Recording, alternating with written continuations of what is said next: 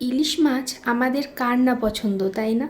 তবে এই ইলিশ মাছ দিয়ে কি বানাবো এই ভাবতে ভাবতে যখন অনেকটা সময় পেরিয়ে গেল আর মাথায় কিছুই এলো না, তখন এরকম সিম্পল একটা ইলিশ মাছের ঝোল আমি বানিয়ে নিয়েছিলাম। ইলিশ মাছের ঝোল বলতেই আমরা আলু বেগুন দিয়ে অথবা শুধু বেগুন দিয়ে বানিয়ে থাকি, তবে এই সিম্পল পাতলা ঝোলটাও খেতে কিন্তু অসাধারণ হয়েছিল। ঝটপট চলো রেসিপিটা দেখে নেওয়া যাক।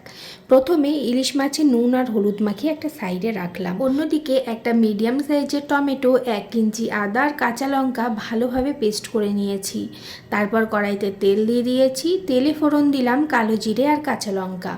তারপরে অ্যাড করে দিলাম পেস্ট করে রাখা মশলাটা। এবার ভালোভাবে এই মশলাটাকে কষিয়ে নিয়ে আমি এখানে অ্যাড করে দিয়েছি জিরে গুঁড়ো, ধনে গুঁড়ো 1 চা চামচ করে, দিয়ে দিয়েছি স্বাদ অনুযায়ী নুন, হলুদ গুঁড়ো, অল্প একটু গুড় দিয়েছি টেস্টটা ব্যালেন্স করার জন্য, তোমরা চাইলে চিনিও দিতে পারো।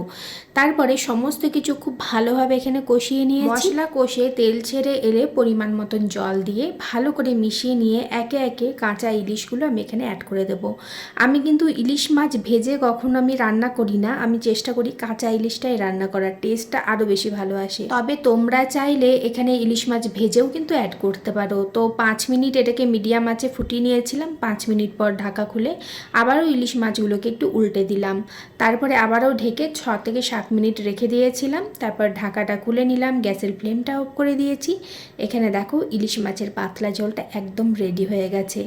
এই ঝোলটা টেস্টটা হালকা একটু টকটক হয়েছিল, কেননা টমেটোটা আমি একটু বেশি দিয়েছিলাম আর এর টেস্টটা আমার ভীষণই পছন্দ হয়েছিল। তবে তোমাদের যদি টক ভাবটা পছন্দ না হয় তোমরা অর্ধেকটা টমেটো দেবে। ভিডিও ভালো লাগলে লাইক, কমেন্ট, শেয়ার করতে ভুলো না। দেখা হবে অন্য কোনো এক নতুন ভিডিওতে।